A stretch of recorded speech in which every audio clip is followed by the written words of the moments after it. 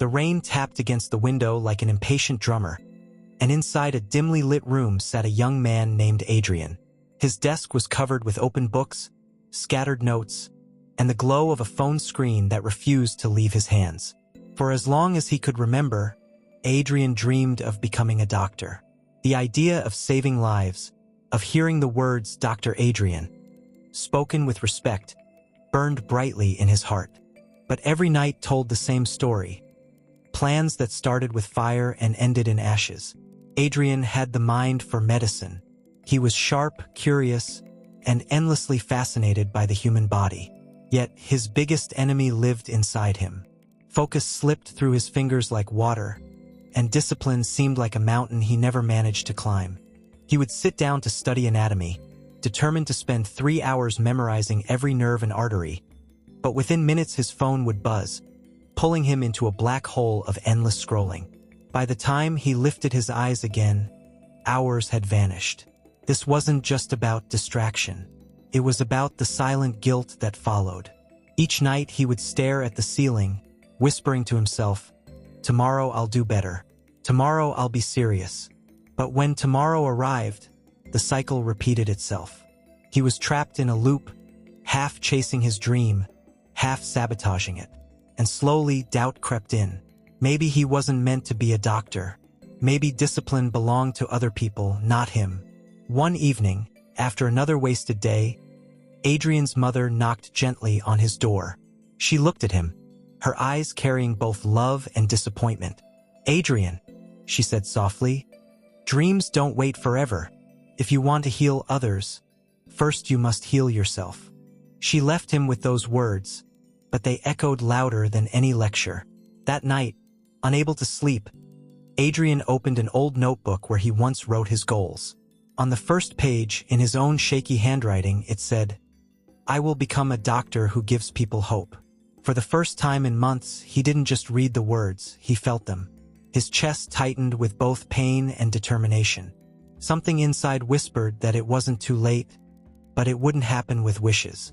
It would happen only if he mastered his own mind. The beginning of his transformation didn't come with fireworks or sudden miracles. It started with a simple realization. If he couldn't control 1 hour of his day, how could he control a life filled with patients who depended on him? Adrian made a small promise to himself that night. Just 1 hour of pure focus, no distractions, no excuses. If he could conquer 1 hour, he could build from there. And so began his fight. Not against exams or textbooks, but against the invisible enemy inside him. The enemy called comfort. The enemy called distraction. The enemy called weakness. Adrian was about to learn that the hardest part of becoming a doctor wasn't mastering medicine. It was mastering himself. A silent alarm blinked red on Adrian's old bedside clock, a soft pulse like a heartbeat. Dawn had barely touched the city, and the room still smelled of rain. He sat up, not because he felt strong, but because he had promised himself 1 hour. 1 hour of pure, clean focus. No heroics, no perfect plan, just 60 honest minutes. He carried his phone to the kitchen and placed it upside down inside a flour tin. The lid clicked shut with a sound that felt heavier than metal. Back in his room, the desk looked different under morning light. Less like a battlefield, more like a workspace waiting for a worker. He opened an anatomy atlas, found the page with the brachial plexus, and breathed as if preparing for surgery. A kitchen timer waited beside his book. He twisted it to 60, and the clock began to whisper time away. At first, the mind clawed for the usual comforts. It reached for phantom notifications, invented thirst, created urgent reasons to stand up. But Adrian stayed, eyes tracing nerves like rivers through muscle and skin. The timer's steady tick became a second heartbeat, and something soft but astonishing arrived, quiet. Focus was not a weapon smashing through distraction. It was a room with a door, closed gently from the inside. Half an hour in, the door shook. A thought rose like smoke. Check the phone just for a second. The body half stood. Then a small image stopped him. His mother's eyes at the doorway, patient and sad. He sat again, pressed a finger to the atlas, and whispered the names of each branch as if reading a vow. Minutes passed. Words stitched themselves to memory. When the bell finally rang, he didn't feel triumph. He felt relief, the kind that comes after surviving a storm without running. But victories in the morning can bleed out by night. That afternoon, school was noisy, the library crowded, the sky bright and restless. A classmate flashed a meme. Laughter tugged at his attention. The promise of ease coiled around his ankles. He lost an hour, then another. By evening, guilt returned like a familiar stranger knocking on the glass. The old loop waited to welcome him back. He did not hide from it. He wrote what happened in a battered notebook, where time went, how it slipped, why it mattered.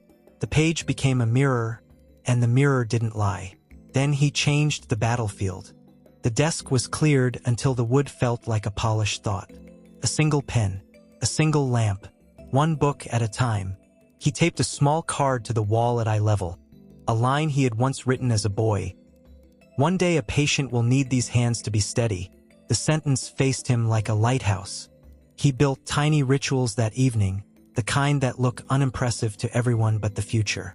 A chair pulled in close so leaving required effort. A glass of water placed within reach so thirst could not pretend to be urgency.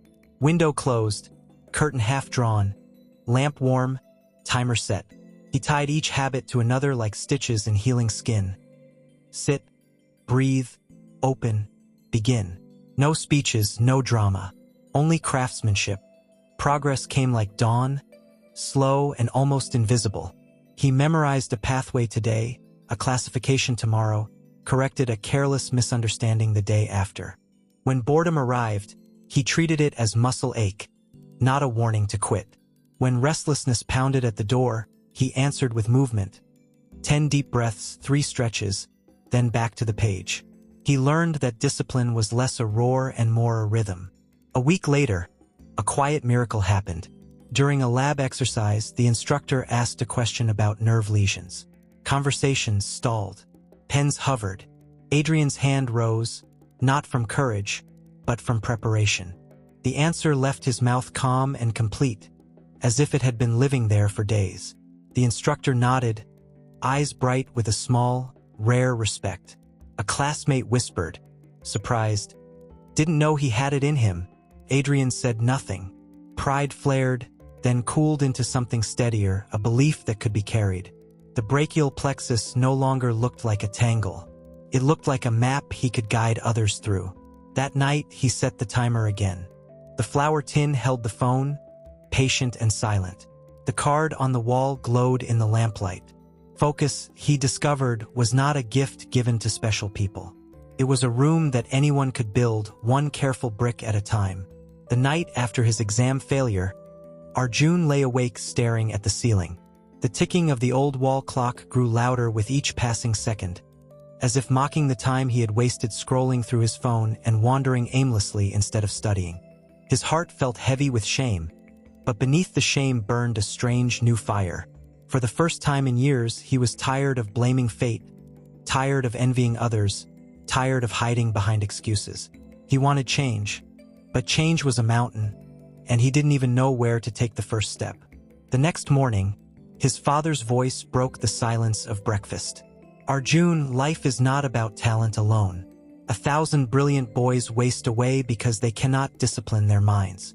Do you know why soldiers can march through storms and doctors can endure endless nights of study? Not because they are smarter, but because they train their focus." His father placed a worn book on the table, its pages yellowed, its cover cracked. "This was my father's diary. Read the part where he wrote about building habits." Arjun hesitated but took the book to his room. The handwriting was rough, yet each word carried weight. His grandfather had written, "A man who cannot master his mornings cannot master his life. Begin each day with silence, with purpose, with discipline. The body follows the mind, and the mind follows the habits." The words cut deep into Arjun's restless heart. For the first time, he saw discipline not as punishment, but as power. That evening, instead of falling into his usual trap of distractions, he tried something new. He set his alarm for 6 a.m. and promised himself he would not touch his phone until after studying. As he lay down, fear whispered that he would fail again, that he was too weak, too lazy. But another voice, small yet stubborn, replied, "Not tomorrow. Tomorrow will be different." When the alarm rang, the battle began. His body screamed for more sleep. His mind begged for the comfort of excuses. Yet he forced himself to sit up. He opened his biology textbook, and though the words blurred at first, something shifted. The silence of the morning wrapped around him like a shield, free from noise, free from distractions. He studied for an hour, just 1 hour. It was not much, but it was real. And for the first time in months, he felt proud instead of guilty. That single hour became the seed of transformation. Each day, he fought the same battle. Sometimes he lost, sometimes he won, but every victory planted a new belief inside him, that he could change.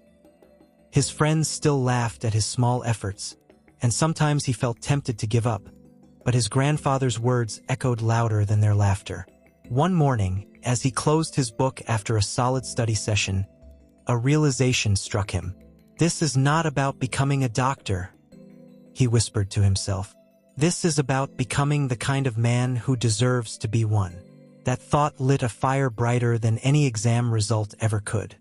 He understood now that focus was not a gift given to the lucky.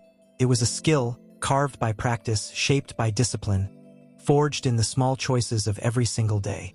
Arjun soon discovered that discipline was not a lightning strike of motivation. It was a grind, a steady drumbeat that often felt more like burden than freedom. The first week of his new morning ritual felt powerful. Each dawn, he woke up before the sun, resisting the pull of his pillow. He studied in silence, and for the first time he began to taste the calm satisfaction of being ahead of his own weaknesses. But after the first wave of excitement passed, the real battle began. By the second week, his body fought back. Sleep pressed on his eyelids, hunger gnawed at his stomach, and his mind invented 1,000 reasons to stop. "You can rest today," it whispered. "One day won't matter." But Arjun remembered his grandfather's diary and forced himself to push through. Still, the effort left him drained. He realized something painful. Discipline was not just about beginning. It was about staying even when staying hurt. His friends didn't understand. They teased him when he refused late-night outings, mocked him for carrying books wherever he went, and laughed when he said no to distractions. At first, their words stung like needles. He felt left out, almost ashamed of his seriousness. But then one evening, after a particularly long study session, he caught his reflection in the mirror. His eyes looked different, still tired, but sharper, clearer, as if some hidden strength was slowly waking. He realized that while his friends spent their time chasing pleasure, he was quietly building power. Consistency, however, came with its own price. Some mornings he failed. Some nights he broke his own rules. Each failure filled him with guilt. But instead of letting guilt destroy him, he began to use it as fuel. He kept a notebook where he wrote every small victory and every slip. Seeing the pattern on paper taught him something vital. Failure was not the end. Failure was simply feedback, showing him where he was weak and where he needed to grow. Slowly, Arjun designed a system.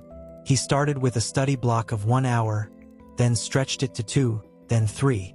He used simple tricks, placing his phone in another room, keeping water on his desk, preparing his books the night before so that the morning left no room for excuses. He broke his goals into smaller pieces, focusing not on mastering the entire subject, but on winning the next page, the next chapter, the next hour. One night, after finishing a long session of revision, his mother entered his room with a plate of food. She looked at the clean desk, the open notebook filled with his handwriting, and her eyes softened with pride. "I see your grandfather's fire in you," she whispered. Those words struck deeper than any grade could. For the first time, Arjun felt not just like a student, but like a man carrying a legacy. And so, the days turned into weeks, the weeks into months. The pain of consistency never disappeared. It still burned in his muscles, still weighed heavy on his mind. But somewhere within that pain, Arjun discovered a truth. The pain of discipline was far lighter than the pain of regret. One crisp winter afternoon, Arjun sat in the library, His textbooks spread across the table like a battlefield. He had been studying for hours, but his focus began to slip. His head drooped, his pen slowed, and the words on the page blurred into shapes without meaning. Just as he was about to surrender to fatigue, a deep voice broke the silence. "You sit like a warrior, but your eyes betray you." Startled, Arjun looked up. Standing across the table was Dr. Raghav, a retired surgeon known in town for his stern discipline and unshakable presence. His hair was silver, his shoulders square, and his gaze sharp enough to cut through excuses. Everyone whispered that he had worked endless nights in hospitals without faltering, that his hands had saved lives when others' hands trembled.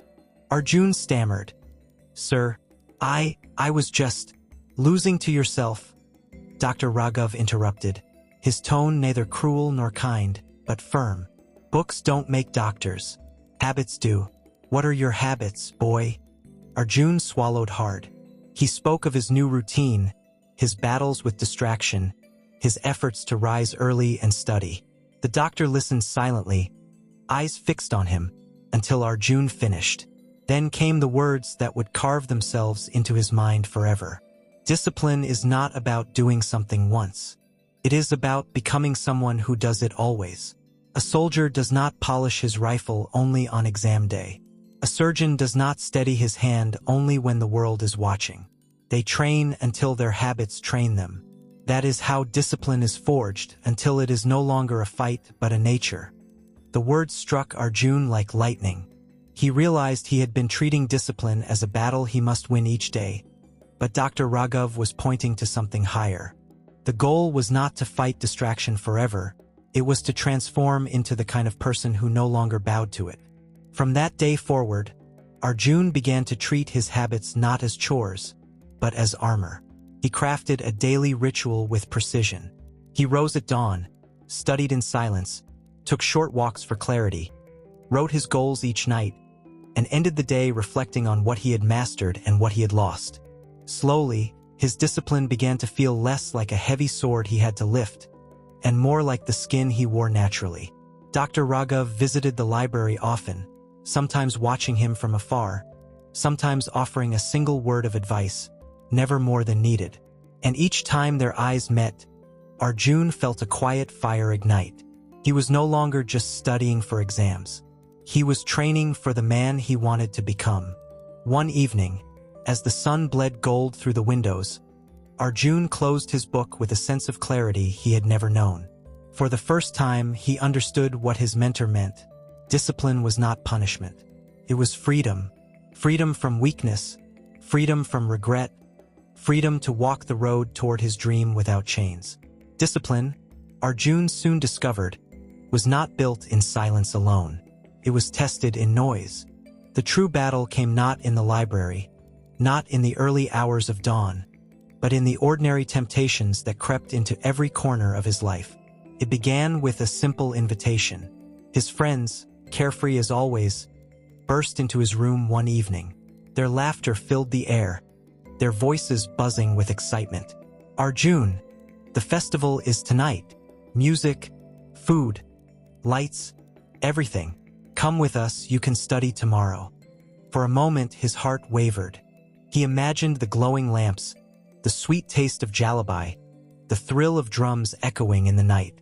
His body leaned forward, ready to go. But then his eyes caught the notebook on his desk, the page where he had written his promise. "I will master today, not tomorrow." He hesitated. His friends frowned. "Don't be boring, Arjun. You work too hard. Life is short." Their words struck deep, pulling at the part of him that feared missing out, that longed to belong. But another voice inside, forged in mornings of struggle and pages of steady study, whispered louder, "Life is short, yes, but a patient will one day trust their life in your hands.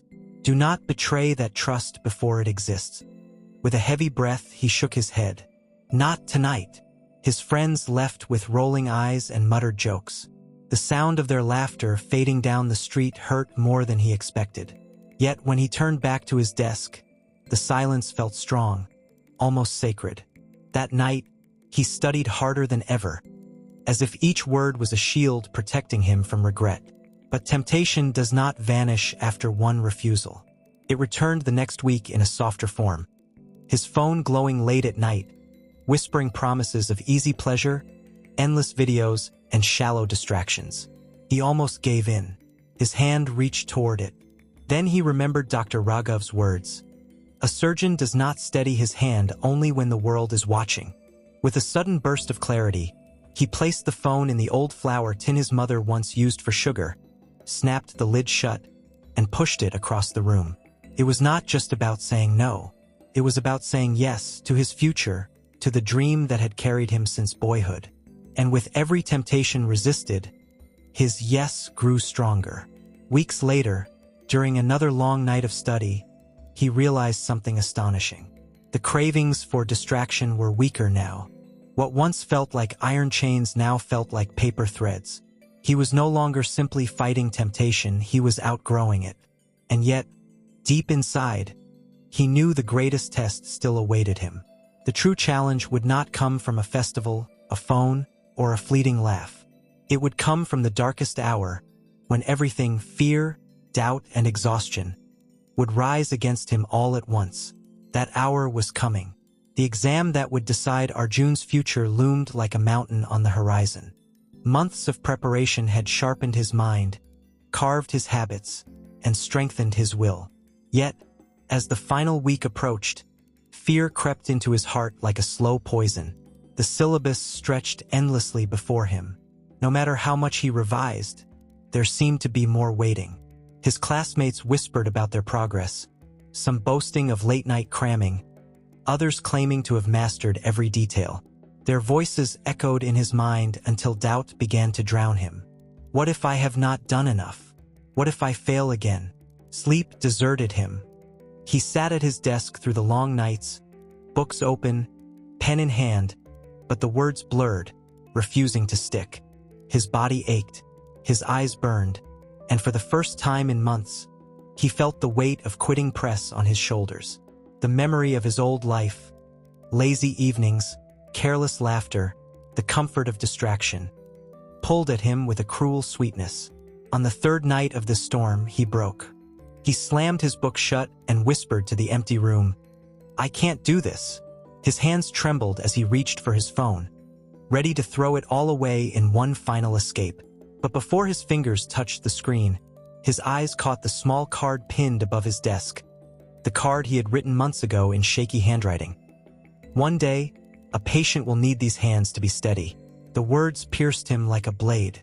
Patient, a life, a responsibility greater than his fear. His throat tightened as he imagined a hospital room, a child on a bed, a mother praying for her son's skill, his steadiness, his discipline. If he surrendered now, he would not only fail himself, he would fail the people who had not even met him yet, but would one day depend on him. Tears blurred his vision. He closed his eyes and whispered, "For them, not for me, for them." He placed the phone back in the tin, pressed the lid shut, and returned to his book. His hands still shook, his mind still trembled, but something inside had shifted. He was no longer studying for grades, no longer fighting for pride. He was fighting for purpose.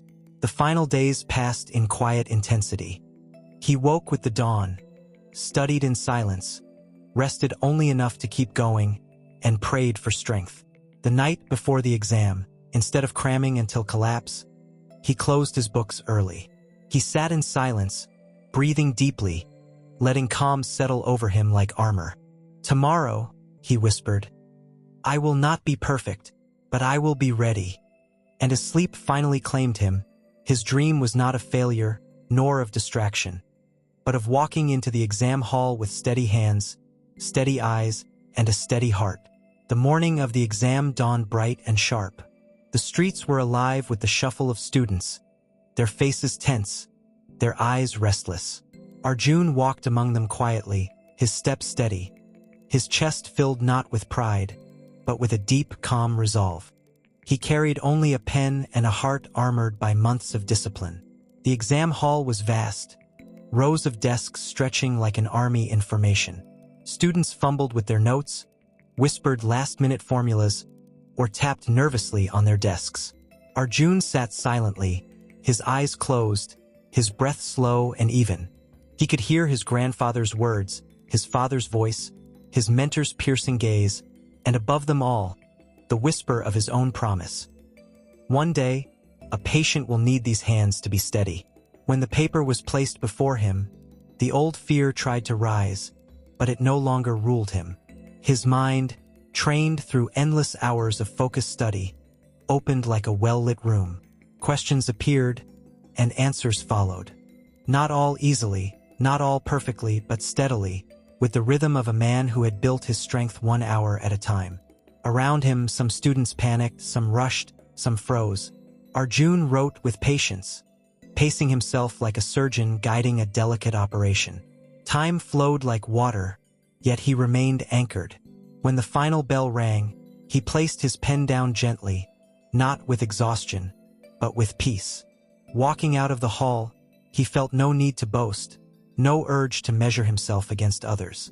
He knew the truth now. The real victory had not been written on that answer sheet.